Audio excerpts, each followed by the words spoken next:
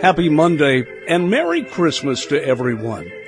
And I can't think of anything better to put on Monday old-time radio than one of my favorite episodes of the Lux Radio Theater. Lux was on radio for 20 years. It brought back most of the original stars, sometimes all of them, to redo movies for radio. And here's the Lux Radio Theater that ran on the first night of my life, the day after I was born. It's for you, and most of the original cast is there. Lux presents Hollywood.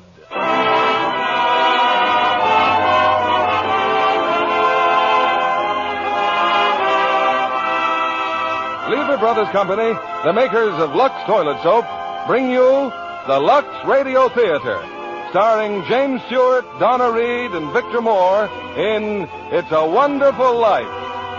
Ladies and gentlemen, your producer, Mr. William Keighley.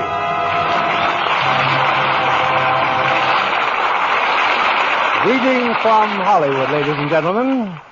Tonight we bring you one of the season's most inspiring hits, a Liberty Films production that's been nominated for the highest screen award. Yes, It's a Wonderful Life. And we present it now with its original fine stars, Jimmy Stewart and Donna Reed. Jimmy in the role which won him a nomination for the best performance of the year. Also in our cast is starred that fine comedian, Victor Moore.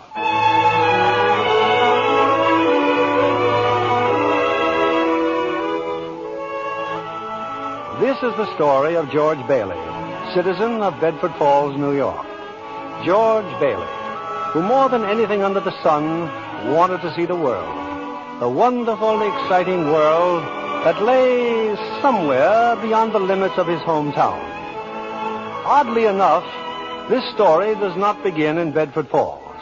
In fact, it doesn't begin anywhere in the world. It begins in heaven, where the superintendent of angels has just summoned an apprentice angel named Clarence. Oh, I'm really going down to earth, sir? Oh, how splendid. Yes. There's a very discouraged man down there, Clarence, George Bailey. At exactly 10:45 p.m., Earth time, he'll be thinking seriously of ending his life. Oh, dear, his life. Now, I want you to stop him if you can. Now, sit down. I'll give you Bailey's case history. Sir, if I should accomplish my mission, may I perhaps get my wings? I've been waiting over 200 years now, and, well, people are beginning to talk. Clarence, what's that book? The Adventures of Tom Sawyer, sir. I was reading it when you sent for me. Oh, fine book, excellent. Well, you do a good job on George Bailey, and we'll see about your wings. Oh, thank you, sir. Now, listen. When George Bailey was a boy, two events occurred that you should keep in mind. One was when his young brother, Harry, fell through the ice and almost drowned. George saved him. Brother fell through the ice. George saved him. Ever since, George has had a bad ear. All that icy water, you understand. Yeah, bad ear. Yes, sir. The other event came a few months later. George used to work after school in Mr. Gower's drugstore. One day, Mr. Gower's only son died of influenza. It was a terrible blow, and poor Mr. Gower tried to lose his grief in whiskey. Where you been, George? Mrs. Blaine's called twice. What happened to her prescription? You lost it, didn't you? No, Mr. Gower. Here it is. Well, you good for nothing. Don't you know that Blaine girl's very sick? Mr. Gower, my ear. You're hurting my sore ear. Teach you to loaf, you lazy brat. Mr. Gower, you don't know what you're doing. You put something wrong in those capsules. Shut up. Oh, I know you feel bad, but look, Mr. Gower, look. This bottle, you used this bottle to make up the capsules. It's poison. Poison? Don't hurt my sore ear again, Mr. Gower. Oh, George. That's what you deliver, Mr. Gower. All I wanted was to make sure. George.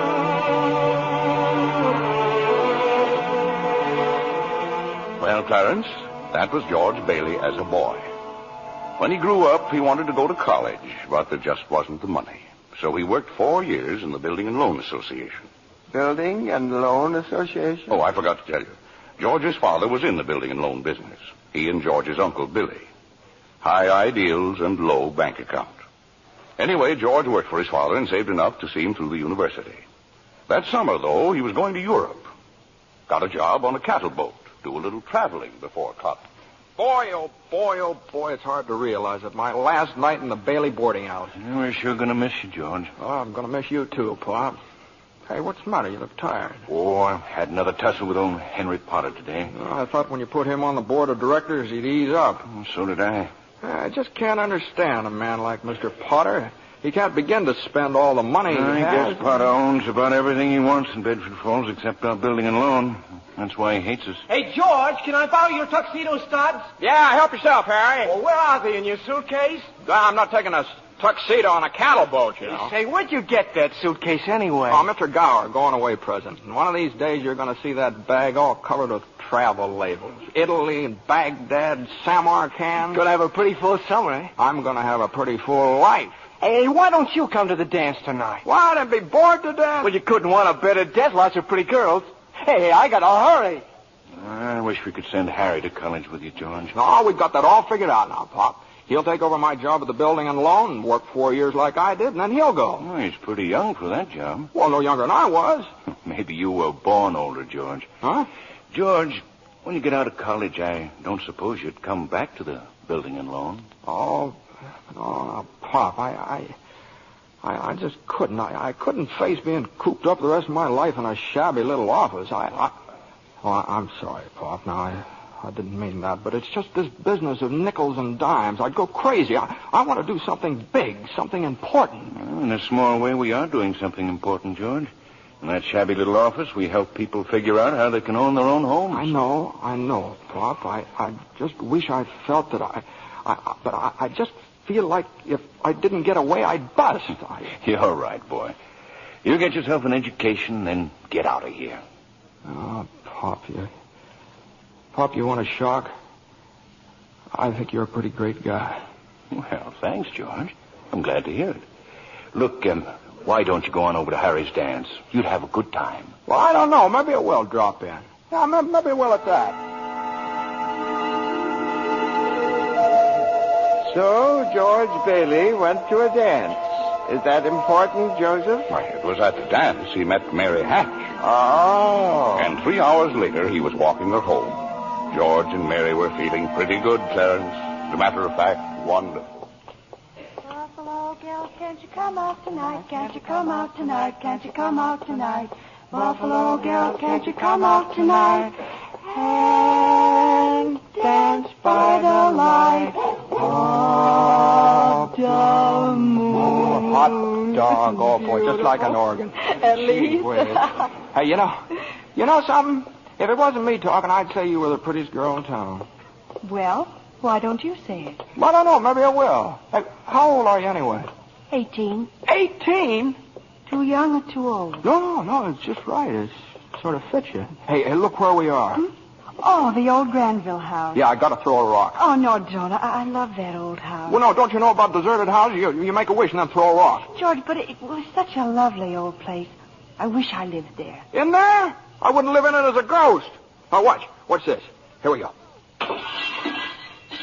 How about it, huh? Pretty good shot, huh? Broke a window, huh? What'd you wish, George? Oh, I don't know. Not just one wish, a whole hatful. Mary, I'm shaking the dust of this crummy little town off my feet, and I'm going to see the world. Italy, Greece, the Parthenon, the Colosseum. And then I'm coming back here and go to college and see what they know. And then I'm going to build things. I'm going to build airfields and skyscrapers 100 stories high and bridges a mile long. And then I'm going to... Hey, Mary. What is it you want? What do you want, huh? You want the moon? All you got to do is just say the word now. Okay. The moon, I'll take it. Then what? Then what? Well, then you could swallow it. And it'd dissolve like an aspirin, you know. And the moonbeams would shoot out of your fingers and the ends of your hair. And you think I'm talking too much? Yes, why don't you kiss her instead of talking her to death? How's that?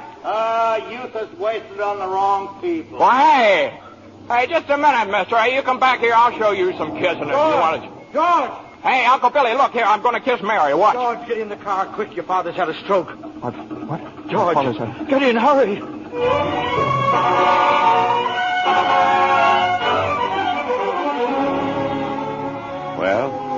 His father died that night, Clarence. So, of course, George couldn't go to Europe. But that fall, just as he was ready to leave for college, the directors of the building and loan had a meeting. They were going to appoint a successor to Mr. What was that you said, Mr. Potter? I said as long as Peter Bailey's dead, let's dissolve the building and loan. We don't need it. Now, wait a minute. Oh, you wait a minute. Peter Bailey was not a businessman. Ideals without common sense can ruin a town. What do we get? A discontented, lazy rabble instead of a thrifty working class. Hold on, Mr. Potter. Oh, I meant no disrespect, George, but... Oh, wait a minute there. Why my father ever started this cheap penny-ante building and loan, I'll never know. But just remember this, Mr. Potter, this rabble you're talking about, they do most of the working and the paying and living and dying in this community. Well, is it too much to have them work and pay and live and die in a couple of decent rooms and a bath? Anyway, my father didn't think so. People were human beings to him. But to you, a warped, frustrated old man, they're cattle. Well, in my book, Mr. Potter, he died a much richer man than you'll ever be. I'm not interested in your book, George. I'm talking about the building and loan. You're talking about something you can't get your fingers on that's galling. That's what you're talking about. Well, this town needs this measly one-horse institution, if only to have some place where people can borrow a few dollars without crawling to you. Now, come on, Uncle Billy. What happened, George? Yeah, all we heard was a lot of yelling. Boy, oh, boy, you should have heard George. Yeah, they're in there voting us out of business. Oh, who cares? I can get another job. I'm only 41. 45. Well, you get out of here, George. You missed your boat trip. Do you want to miss college, too? George, we've just voted Potter down. We're still in business. Whoopee! We're still in business. We're still in business. But there's one condition, George. They've appointed you to take your father's place. Appoint me, but I'm going to college. Look, this is my last chance. Uncle Billy's your man. George, you've got to take it. They'll vote with Potter otherwise. They said so. They even...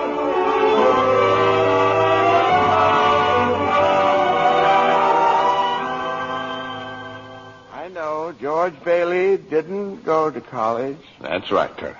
He gave his college money to Harry. Harry went instead. But what happened to that good-looking girl, you know, Mary? Oh, George saw her now and then. Not very often, though, because Mary went away to school, too. Anyway, George waited 4 years more for Harry to come back and take over the building and loan. He could still see the world. He planned to work in the oil fields, Venezuela. Except when Harry came home, he wasn't alone. There was a girl with him, his wife. George? Yeah, I'm out here on the porch, Mother. I just thought I'd get some air. Well, how do you like your new sister-in-law? Oh, she's swell. Looks like she can keep Harry on his toes. Yeah, and keep him out of Bedford Falls anyway. What do you mean? Well, Ruth's father, he's got a wonderful job for Harry up in Buffalo. Buffalo? Well, that means you can't... Yeah. George, did you know Mary Hatch is back from school? Hmm? Yeah. Nice girl, Mary. Mm-hmm. Oh, stop grunting. Mm-hmm. Give me one good reason why you shouldn't call on Mary. Well, Sam Wainwright. Sam's crazy about Mary. Well, she's not crazy about him. Well, now, how do you know that? Did she discuss it with you? Besides, Sam's away in New York. Oh, and all's fair in love and war. I see. Okay, Mother, I think I'll go out and find that girl and do a little passionate necking. Oh, George. Goodbye, Miss Bailey. By the way, do you want any books at the library? Library? George! George, you go and see Mary. Do you hear?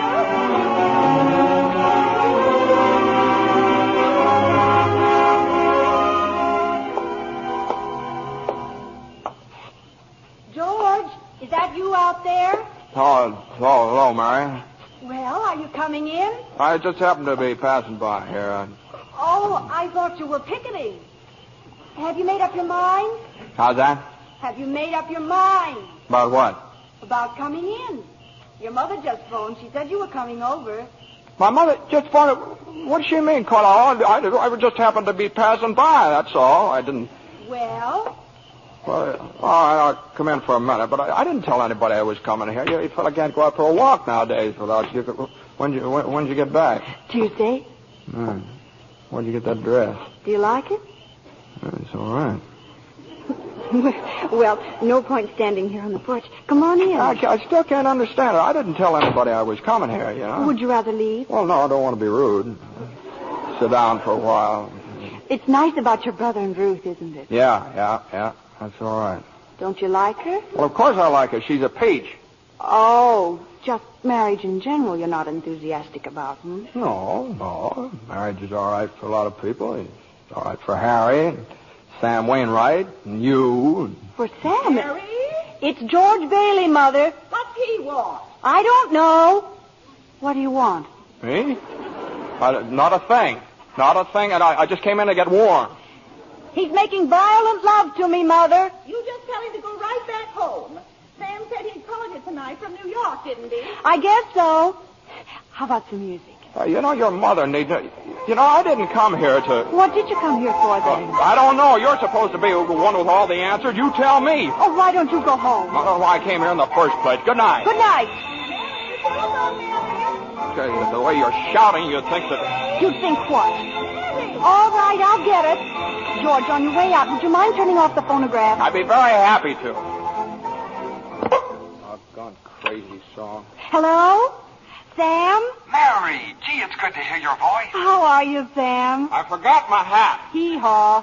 What? Oh, I was just talking to an old friend of yours, George Bailey. Oh, Mossback George? Old Mossback George. Well, put him on. I'll talk to him, too. Wait a second. George. He doesn't want to speak to George. He does so. He asked for him. Why'd you call me? Because if I'm in a hurry. Sam wants to talk to you. Oh. Hiya, Sam. Hey, fine pal you are, trying to steal my girl. What do you mean? Nobody's trying to steal anybody's girl. Here, Mary, take the... No, wait, George. I want to speak to you both.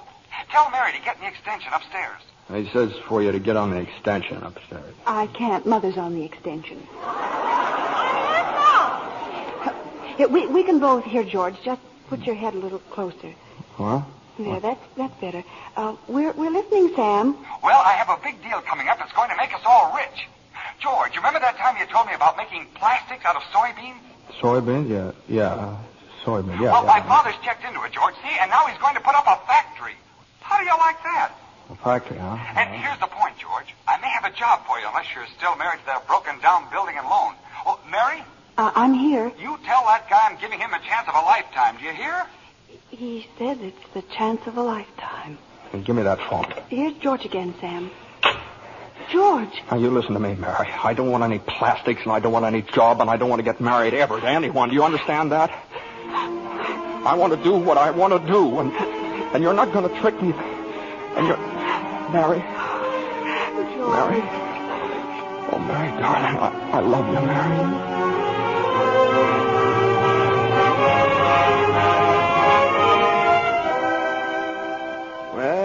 Well, so George Bailey and Mary Hatch were... Yes, George and Mary were married. And they started off on their honeymoon in Ernie Bishop's taxicab. Hey, where are you two going on this here now honeymoon? We're going to shoot the works, Ernie. A whole week in New York, a whole week in Bermuda, the highest hotel, the oldest champagne, the hottest music, and the prettiest wife. So you're finally getting out of Bedford Falls, huh? Then what? Then what, honey? After that, who cares? That does it. Hey, Mrs. Bailey, I haven't kissed you. Hey, George, there's something funny going on over there. Look over there at the bank. It looks like a run. All right. Pull over a minute, will you, Ernie? George, let's not stop. Please, let's go straight to the No, wait a station. minute. I'll better see what it is. I'll be right back. George, please. George!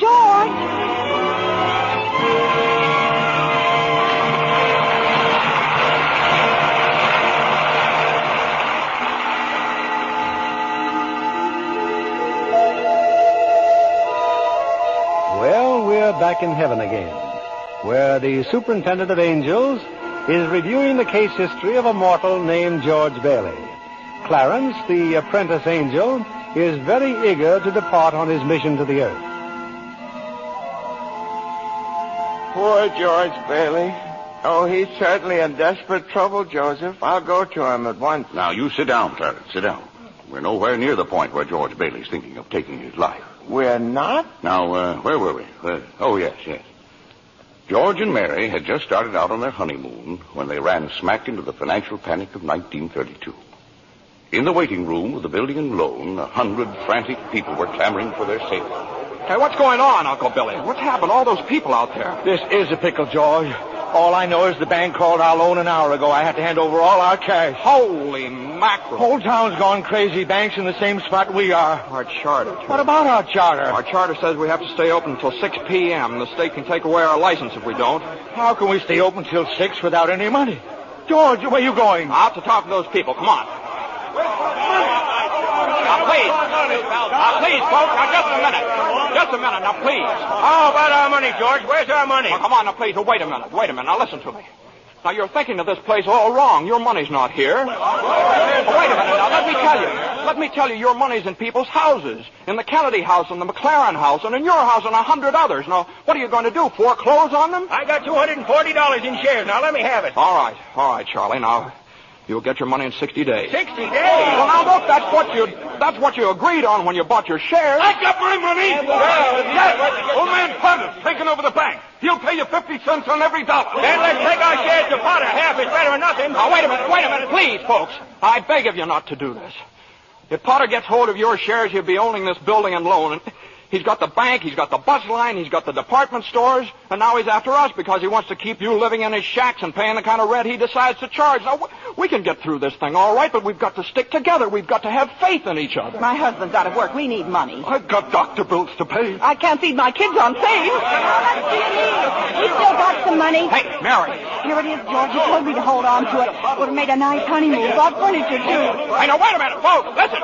I've got $2,000. All right, Charlie, how much do you need? $240. No, Charlie, now listen, just enough to tide you over. I said $240. Okay. Uncle Billy, give Charlie $240. All right, Ed. Now, how much just to get by on? $20, I suppose. Now you're talking. Now, Mrs. Thompson, how about you? $20 will do me. Good. $20. Uncle Billy, pay it back when you can now. Pay it back when you can. All right. Who's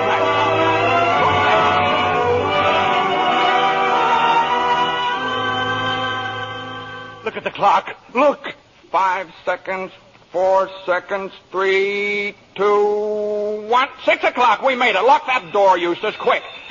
Boy, we're still in business, Uncle Billy. We've even got $2 left. George, there's a call for you. Okay, and then call my wife, will you? She's probably over at Mother's. Mrs. Bailey's on the line. I don't want Miss Bailey. I want my wife, Mrs. Bailey. Miss Bailey, that's my wife. Give me the phone, will you? Hey, Mary, listen, Mary, I'm sorry. Come home. Well, what home? Well, 323 Sycamore. Well, whose home is that? What? Well, Mary, how can I... Well, sure, all right, sure, I'll be there. Clarence, guess what 323 Sycamore was? His mother-in-law's house, huh? Oh, no. Number 323 Sycamore was the old Granville house, the one George threw rocks at and made wishes. Yes, sir, that's where they spent their honeymoon. That's where they started housekeeping. They were still living there 2 years later when old man Potter asked George to stop over at his office. Sit down, George. Sit down, do. Have a cigar? Well, thank you, sir.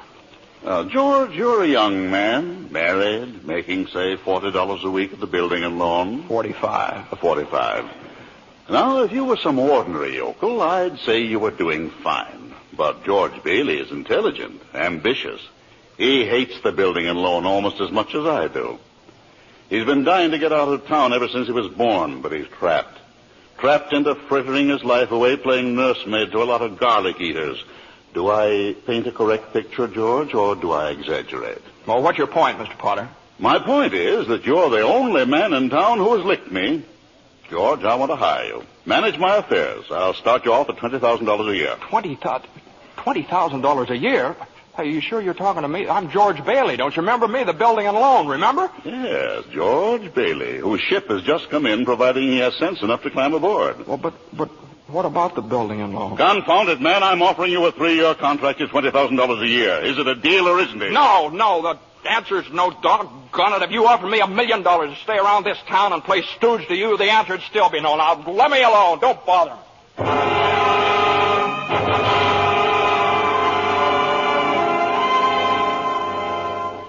George, what did Mr. Potter want? Oh, it's nothing. He just talk. It's nothing. Oh, gee.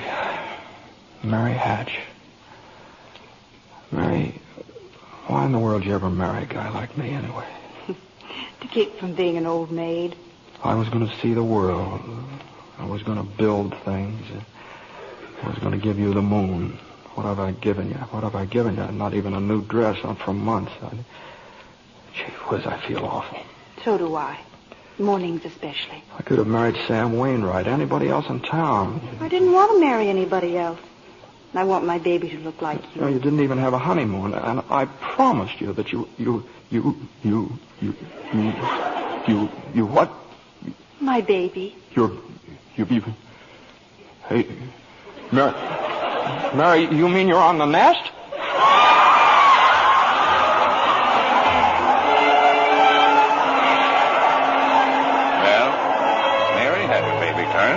a boy. You don't say. Then she had another one, a girl. Well, what do you know? Night after night, George had come home late from the office. Things weren't good with the building and loan. Potter was really bearing down on him. Then came the war. Mary had another baby by then. Oh. But she still had time to help out in USO. Uncle Billy sold war bonds. And George's brother Harry became a real hero. Shot down 15 planes. But George, what about George? Well, George was 4F, his bad ear. He was an air raid warden. On VE Day, he wept and prayed. On VJ Day, he wept and prayed again. We're getting pretty close to today, aren't we, sir? Yes, Clarence. You now know almost everything you have to know about George Bailey, except what happened that finds him down there at this moment, wanting to die. Well, sir, well? Well, today's the day before Christmas, Earth time. George is pretty excited. Hey, Tilly! Eustace! Hey, look at the newspaper. Commander Harry Bailey, decorated by the president. That's my kid brother. The Congressional Medal of Honor. Gosh, George, gosh. What do you think about the 15 Jap planes? And the last one he got was just about to dive into a transport loaded with soldiers. You know what that means? He saved lives, hundreds of lives. Hey, gee, where's Uncle Billy? Huh? We're going to the bank, George. He's depositing that $8,000. Good. Who's that in his office there? It's that man again, the bank examiner. Well, good afternoon, Mr. Carter. Hey, Tilly, get the books from Mr. Carter, will you? You know, that's my brother's picture there, Mr. Carter. He shot down 15 planes, and one of them was just... Well, Mr. Henry F. Potter come to the bank to deposit some more loot, eh? Sure, you old fool. How do you like the news in the paper, Mr. Potter? Just can't keep those Bailey boys down now, can you? Let me see that newspaper. Here, sorry I can't chat, you old thief. Got to make a deposit. Here you are, Horace. Deposit slip, bank book, and a very Merry Christmas to you. You too, Mr. Bailey. Say, you've forgotten something, haven't you? Horace, I've forgotten things all my life. Get a wiggle on, boy. But, Mr. Bailey, where's the money? What's that? You want to make a deposit? Well, certainly I want. Well, it's customary to bring the money with you. It's gone. Where'd I put it? Where'd I put that money? A terrible thing, Clarence, terrible. Uncle Billy couldn't find the money because the envelope with the $8,000 was folded up in that newspaper he gave to old man Potter. I just don't know what happened to it, George. I just don't know. $8,000. Uncle Billy, the bank examiner's here, and it's not our money. It belongs to the depositors. George, what are we going to do? We've traced every step I took. We can't stand here in the street. Are you sure you didn't put that envelope in your coat pocket? I think so. Maybe. Oh, I'm no good to you, George. I'm no good. Now listen to me. Think, will you? Now try and think. I can't think anymore. I can't. Where's that money, you silly old fool? You know what this means? It means bankruptcy and scandal and prison. One of us is going to jail. Well, it's not going to be me. Now get out of my way. I'm going home.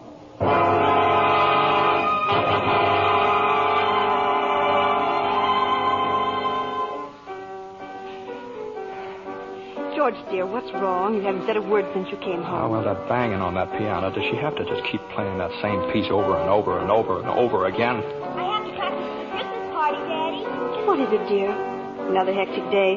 Yeah, another red letter day for the baby. Dad, the Murphy's got a brand new car. You should see it. What's the matter with our car? Isn't it good enough for you? I'm sorry, Dad. I only... Run upstairs, Petey. See if Zuzu's all right. Okay, Mom. Now, what do you mean? What to see if Zuzu's all right? What do you mean? Oh, she caught a little cold coming home from school. She didn't button up her coat. Well, what is it? What do you mean, just a cold? George, the doctor said it was nothing serious. Was the doctor here? Well, I thought he'd better look at her. It's this old drafty house. No wonder we don't all have pneumonia. Might as well be living in a refrigerator. Why'd we have to live here in the first place and stay around this measly, crummy old town? George, what's happened? Everything's happened. You call this a happy family? Why do we have to have all these kids? Daddy, how do you spell frankincense? I don't know how you spell. You ask your mother. Where are you going? Upstairs to see Zuzu. Hello? Oh, thank you, Mrs. Welch. I'm sure she'll be all right. Who's that? Zuzu's school teacher. What? Oh, yes, the doctor says she'll be fine tomorrow. Here, give me that phone. George, please. Mrs. Welch? Well, this is Mr. Bailey. Say, what kind of a teacher are you anyway? What do you mean sending Zuzu home like that half naked? Do you realize you probably end up with pneumonia just because of your stupidity? You know, maybe my kids aren't the best dressed kids in town, but at least... Hello. Janie, will you stop playing that lousy piano? Cut it out. Stop it. George, for heaven's sake, what's wrong with you? I'm sorry. Janie, I'm sorry. Mary, I just got to get out of here.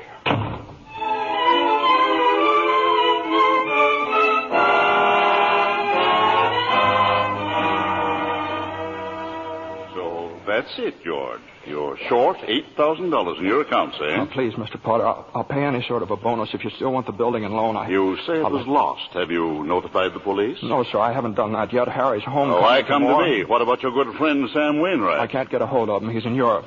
What kind of security would I have, George? What collateral? Yes, sir, I have some life insurance here. $15,000 policy. What's your equity in it? $500.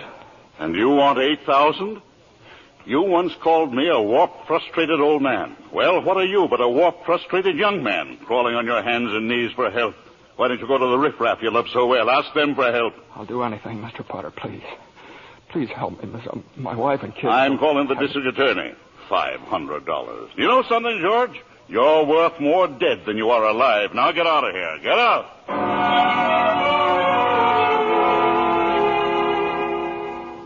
And all the time, Potter had the $8,000 in his desk drawer.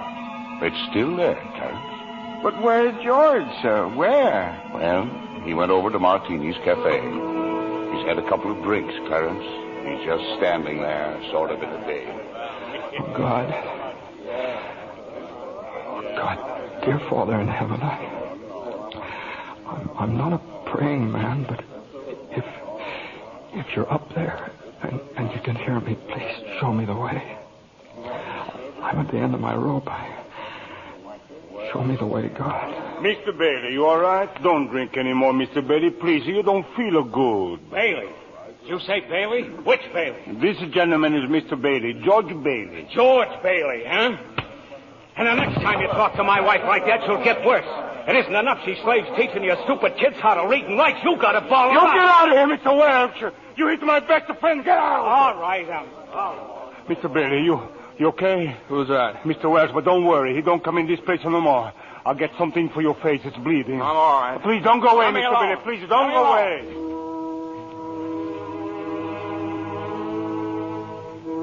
Well, George left Martini's Cafe 5 minutes ago, Clarence. He's at the river now, on the bridge, looking at the water. Are you ready, Clarence? All ready, sir. Very well. Save George Bailey's life, and you get your wings. My wings. Oh, thank you, Joseph. George! George Bailey! Get away from that bridge! Do you hear me? George! George!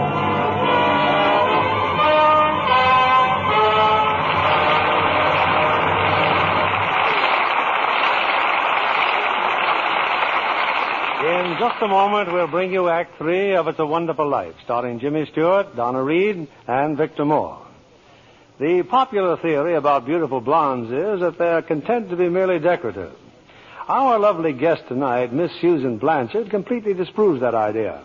Besides being a hard-working Fox starlet, Susan, I understand you're a wonderful cook. I really love housekeeping, Mr. Keeley. But most of all, I enjoy the training I get at the studio. It's work, but it's fun, too. You're an Easterner, aren't you, Susan? Yes, a native New Yorker. I thought so. It was the Broadway theater that inspired me to think of show business as a career. Well, that's interesting. I used to save my allowance and go to every play I could. One of my favorite actresses was Jane Wyatt. Uh-huh. Imagine, Mr. Keeley, what a thrill it was for me to meet her right here in Hollywood. Jane Wyatt's latest picture, Boomerang, was made in the East, I understand. Yes. But she and Dana Andrews, who stars in Boomerang with her, were in Hollywood to see a studio showing of the picture. Oh, I see. Jane Wyatt is my ideal of a stage and screen star. So talented and so lovely to look at. Just as lovely in real life, too. She is indeed. It wasn't long before I discovered that she's as keen about Lux toilet soap for beauty care as I am. You know, I'm a Lux girl, too. We're glad to hear you say that, Miss Blanchard, because that's a very beautiful Lux complexion I see before me. Just right for blue eyes and ash blonde hair. Thank you, Mr. Kennedy. Any girl in pictures is delighted to find out about Lux toilet soap as a beauty care. Active lather facials are so quick and easy. And they really make a difference in your skin. Thousands of busy, attractive women have discovered that, Miss Blanchard.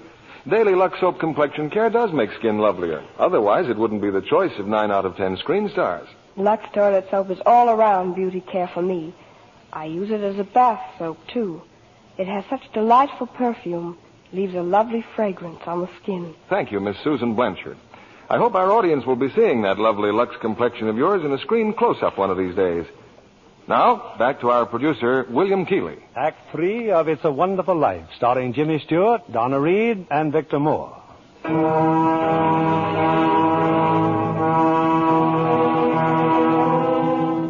Numb with despair, convinced, as Mr. Potter said, that he's worth more dead than alive, George Bailey stands on a bridge, staring at the dark and frigid waters below. Suddenly, there's a splash.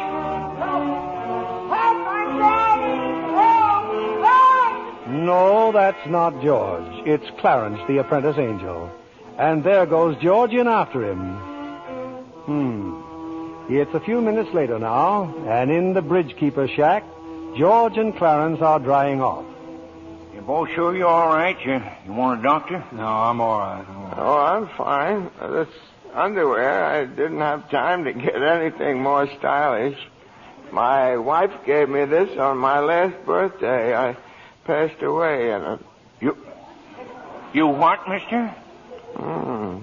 I see Tom Sawyer is drying out, too. Who? My book. I left in such a hurry, I brought Tom Sawyer with me. Hey, how'd you happen to fall in? Oh, I jumped in. I jumped in to save you. Jumped in to save me? Well, I did, didn't I? You didn't go through with it, did you? Go through with what? Suicide. Hey, it's against the law to commit suicide around here. Yeah, it's against the law where I come from, too. Where do you come from? Heaven. Oh, that's very funny. Your lips bleeding. Yeah, I got a bust in the jaw in answer to a prayer. Oh, no, George. I'm the answer to your prayer. Hey, how'd you know my name? Oh, I know all about you. Well, who are you supposed to be, anyway? Clarence Oddbody, AS2. Clarence Oddbody. What's the AS2 for? Angel, second class. Hey, I'm getting out of here. You may not need a doctor, but I do. Cheerio, my good man. Hey, look here. Why'd you want to save me? Because I'm your guardian angel, George. Oh, I see. Uh-huh. Well, you look like about the kind of an angel I'd get. What happened to your wings?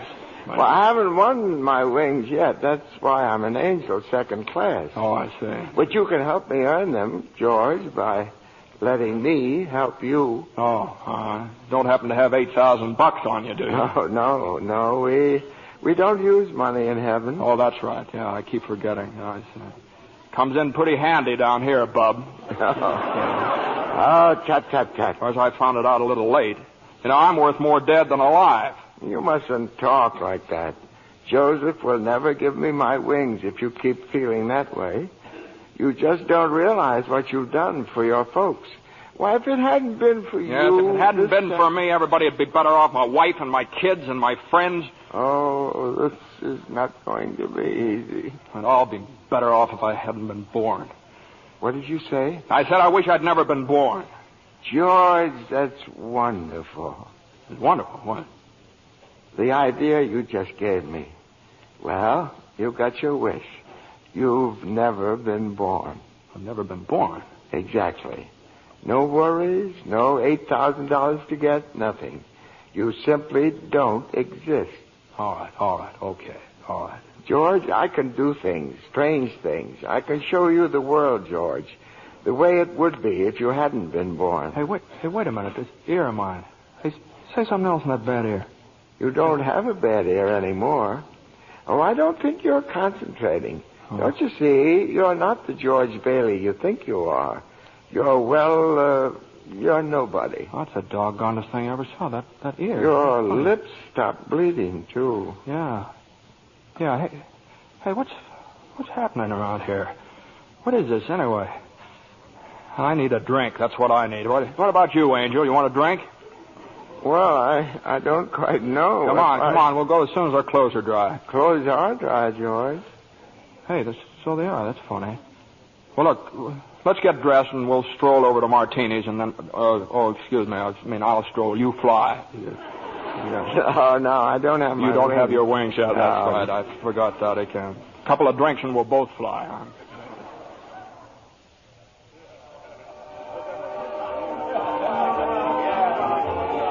What'll you have, fellas? Hey, where's the boss? Where's Martini? Look, wise guy, I'm the boss, see? Okay, well, double scotch, quick, will you? What's yours? You know what I just love? Some mulled wine. Huh? Heavy on the cinnamon and light on the cloves. Off with you, my lad, and lively now. Now cut it out. Oh, come on, here. Just give him the same as I ordered. He's okay. Two double scotch. What about this place? It's all changed. All of Bedford Falls has changed. You're having your wish, George. You've never been born. Oh, there'll be lots of things you've never seen before. Oh, good. Somebody just made it. Made what? Every time a bell rings, it means some angel's got his wings. What'd you say? Look, Clarence, I don't think you better talk about angels around here. Don't they believe in angels? Oh, yeah, they believe in them, but it's just a little Well, then thing. why should people be surprised when they see one? Don't mind him, bartender. He's just a little fella. He just never grew up, man. How old are you anyway, Clarence? Well, next May, I'll be 293. That does it. A couple of pixies, huh? Go on, get you, hear me, get. Where's Martini? Will you Stop tell me? asking about Martini. Ain't hearing he... Hey, you. Rummy, didn't I tell you never to come panhandling around here? George, look. Hey, it's Mr. Gower. Mr. Gower. Listen, Mr. Gower, don't you know me? This is George Bailey. You buy me a drink, mister? Just one drink, will you, mister? Pinky! Yeah, Nick. Throw the rummy out. Oh, no, please. Hey, bartender, that's Mr. Gower, the druggist. That rumhead spent 20 years in jail for poisoning some kid. If you knew him, you must be a jailbird yourself. Pinky, here's two more. Get him out of here. Get up, George. Good thing he threw us in a snowbank, huh? Where's Mr. Gower? Mr. Gower doesn't know you, George. You see, you weren't there to stop him from putting poison into that prescription. What do you mean I wasn't there? Look, tell me, what are you? Are you a hypnotist? George. Look, why am I seeing all these strange things here? Don't you understand? It's because you were not born. Well, if I wasn't born, then who am I? Nobody. You have no identity. What do you mean I have no identity? No papers, no driver's license, no 4F card, no insurance policy. Zuzu's bell. What? Zuzu's bell. I bought my little girl a bell to hang on the Christmas tree, and I forgot to give it to her. I've got it in... It's gone. It's gone, too. Everything's gone. But you've been given a great gift, George. A chance to see what the world would be like if you'd never been born. You're crazy. You're crazy as a bedbug, and you're driving me crazy, too. Now, look, I'm going home to my wife and family. Do you understand that? And I'm going home alone. Better not leave him alone, Clarence. Keep following him. Joseph, I'll stay near him, sir. Poor George. He's seeing Main Street now the way it'd be if he hadn't lived. The thing that's really shocked him, sir, is the building and loan office. Know what's there now? Pawn shop. What's he doing? Can you see? He's talking to Ernie Bishop, the taxi driver. He wants to go home. You better tag along, Clarence. Oh, I will, sir. I will. Come on, step on it, will you, Ernie? Get me home. I'm off my nut. Where do you live, buddy? Oh, now, doggone it, Ernie. Don't you start pulling that stuff on me. 323 Sycamore. 323 Sycamore. Yeah, hurry up. Zuzu's sick. Okay, buddy. Hey, look, Ernie, I don't know what's happened. I'm going crazy or something. I got some bad liquor. Now, look, tell me this now. You're Ernie Bishop, right? And you live with your wife and kid down You seen my wife? What do you mean? I've seen your wife. I've been in your house 100 times. What do you... We built it for you, didn't we? Bud, my wife took the kid and ran away 5 years ago, and I ain't never seen you before in my life, see? Okay, Ernie, okay. Just step on it. Get me home.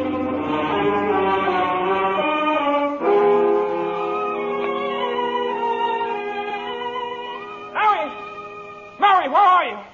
Janie, Petey, Zuzu. Zuzu, where are you? This is just an old abandoned house, George.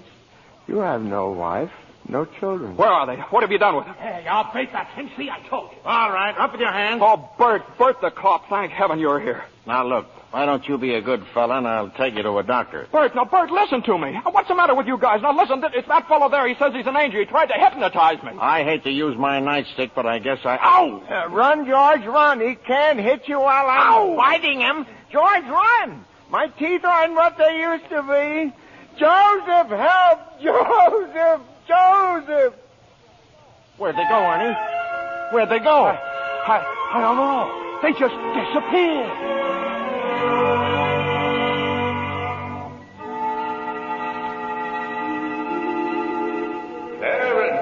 Oh, Joseph, I hope you don't mind my calling on you like I did. It was very irregular, Clarence.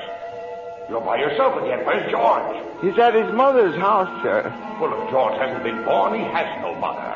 Oh, he's being very stubborn, sir. He'll just have to find these things out for himself. But his mother, that's a terribly bitter blow to a man, his own mother not knowing him. You mean I shouldn't have let him... I mean you better find him right away. Oh, and stop fighting policemen, Clarence. I'm here again, George. My mother, my own mother didn't know me. If only Harry were here. If my brother were only back from Washington. Your brother fell through the ice and was drowned at the age of 9. Well, that's a lie. He got the Congressional Medal of Honor. He saved the lives of every man on that transport. Every man on that transport died. Strange, isn't it? Each man's life touches so many other lives. Harry wasn't there to save them because you weren't there to save Harry. Don't you see, George? You really had a wonderful life. Don't you see what a mistake it would be to throw it away? Clarence? Yes? Where's Mary? Please, where's my wife? I'm not supposed to tell. Tell me where she is. You're not going to like it, George. Where is she? I'll choke it out of you if I have to. Where's my wife? The library. She works there. She's just about to lock up for the night. So George, come back. Oh, there must be some easier way for me to get my wings. Mary. I'm sorry, the library's closed. Mary, it's George. Don't you know me? No, I don't know you. Let me go. Mary, please, don't do this to me, Mary. Please, help me. Help me. Where are our kids, Mary? I need you, Mary. Get please. away from me. Help! Help me. Help me, Mary. I'm George. Mary.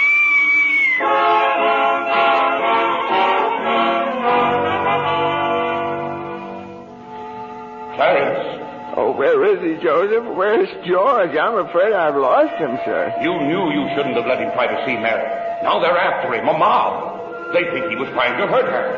Joseph, I won't even get one wing, will I? You have one more chance, Clarence. Get over to the bridge by the river. I think George has seen just about enough. But the mob... But don't worry. They've lost him, too. Now, hurry up. Oh, thank you, Joseph. Thank you. Clarence, where are you? I'm here, George. Help me, Clarence. Get me back. I don't care what happens to me. Only get me back to my wife and kids, please. I want to live again. Oh, thank you, George. Thank you, boy. I want to live again, please. Oh, God, please let me live again. George? Is that you down there, George? Now, get out here, Bert. Get out here. You come in any closer, I'll let you have it. What the hell are you yelling for, George?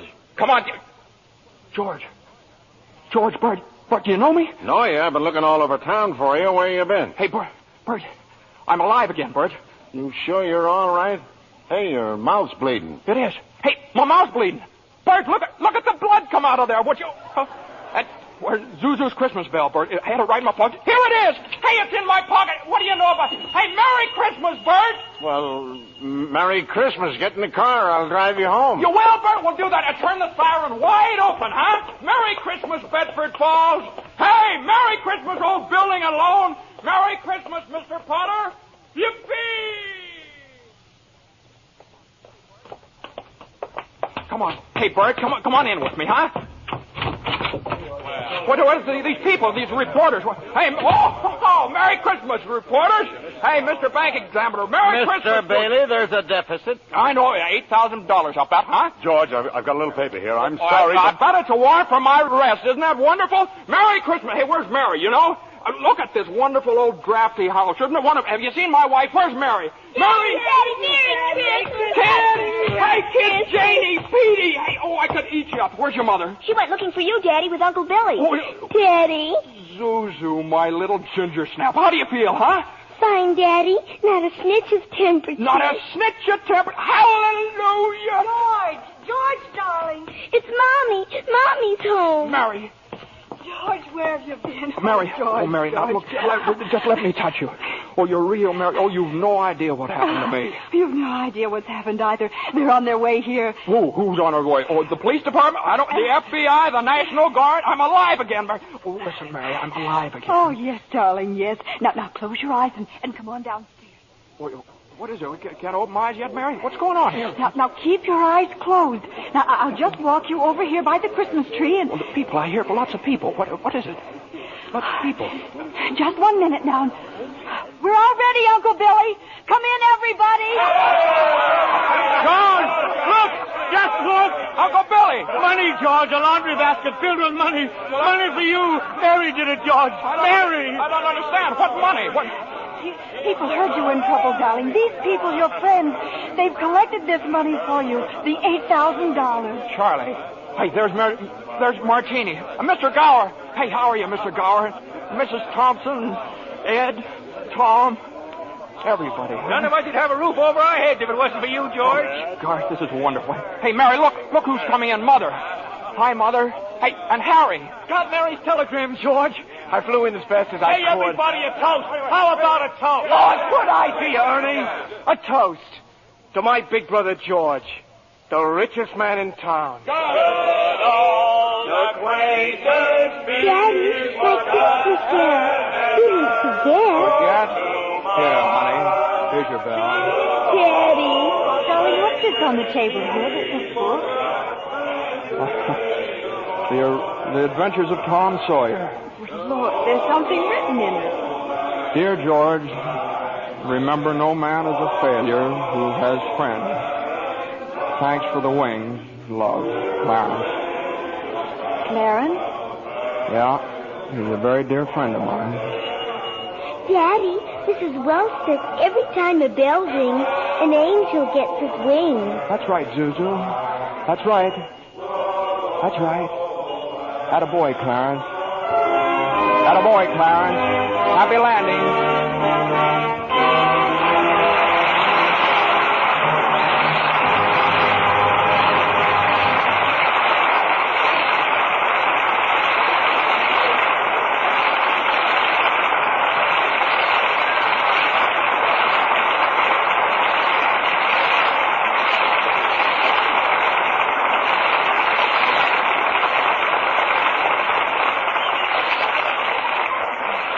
It's a wonderful life so long as we can have such fine performances as we enjoyed tonight. From Jimmy Stewart, Donna Reed, and Victor Moore. Jimmy, I'd like to thank whatever guardian angel whisked you back from Texas for our show this evening. Well, that guardian angel was an airline's wing, Bill. You were in Texas for the premiere of his picture, weren't you, Jimmy? Yeah, Frank Capra and I went down for 5 openings as many nights. 5 premieres overtaken. You know, it's a pretty big state. Takes that many to do it. Jimmy, I'm sure your fans were proud to read that you received an honorary degree from Princeton just the other week. Yes, how about that, Jimmy? Do we call you professor now? No. It's just an M.A. Oh, Master of Arts? Well, it might have been. I don't know. It might be for murdering architecture. That's what I studied at Princeton. Good night, and thanks a million.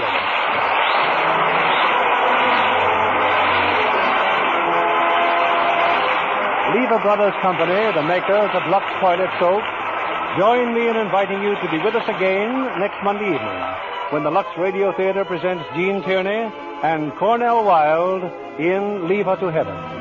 This is William Keeley saying good night to you from Hollywood.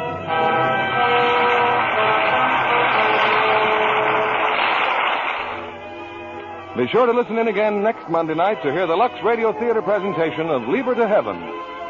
This is CBS, the Columbia Broadcasting System.